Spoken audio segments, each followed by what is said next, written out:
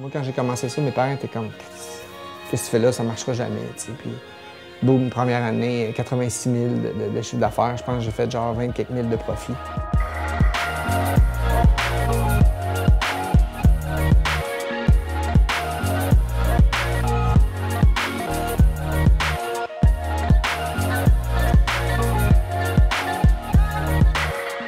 Je m'appelle François-Xavier Larue, je suis président de la compagnie Surfacex. J'ai été franchisé de 1999 à 2001. Steve Morancy, je suis président de Yuzu Sushi et j'ai été franchisé qualité étudiant en l'an 2000.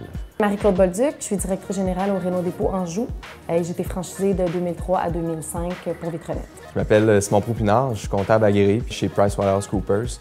J'ai été franchisé de 2008 à 2010. Alexandre Fabre, président de District Atwater, franchisé de 2000 à 2005. François Lafortune, directeur de projet chez McKinsey. J'ai été franchisé de 1999 à 2002. Vitronet, ça a été une expérience extraordinaire pour moi. Ça m'a permis de me développer comme entrepreneur. J'avais déjà l'entrepreneurship à cœur au départ. Mais vraiment, ça m'a donné des bases solides. Ayant jamais été à mon compte, qualité étudiant, c'est ce que ça m'a apporté. C'est de valider un peu mon côté entrepreneurial, mon côté est-ce que j'ai les compétences, le savoir, les capacités à leader une équipe, à diriger des employés, aller chercher des ventes, balancer mes comptes, puis réaliser un profit au bout de la ligne. Ça m'a appris à comment bien vendre mes idées. Comme franchisé, il faut vraiment apprendre à dealer avec des clients différents qui veulent des choses différentes. Donc ça, c'est vrai aussi dans les compagnies. Puis ça m'a appris vraiment à vendre mes idées d'une façon convaincante. Moi, je l'ai fait pendant 3 ans, puis encore aujourd'hui, je pense que c'est un point vraiment pertinent dans mon CV.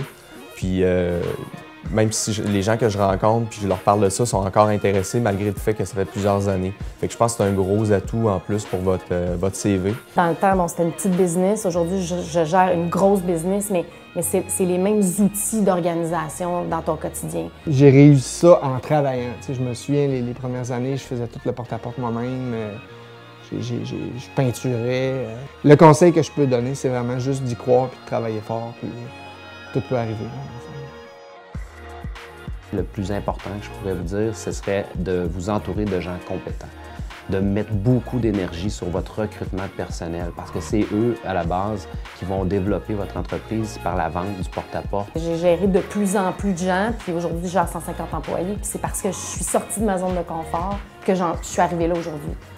Puis que ce soit des vis ou du lavage de vitres, c'est pas ça qui est important. C'est vraiment à tous les jours d'accepter de faire des choses qu'on n'a jamais faites. Il faut se rendre au bout, puis après ça, on a encore le goût de continuer.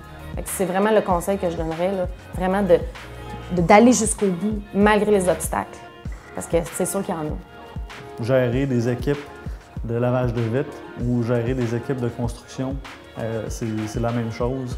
Si tu es capable de coordonner et de gérer une entreprise Vitronet, tu es capable de t'adapter avec des bonnes capacités d'adaptation à bien gérer pas mal n'importe quelle entreprise.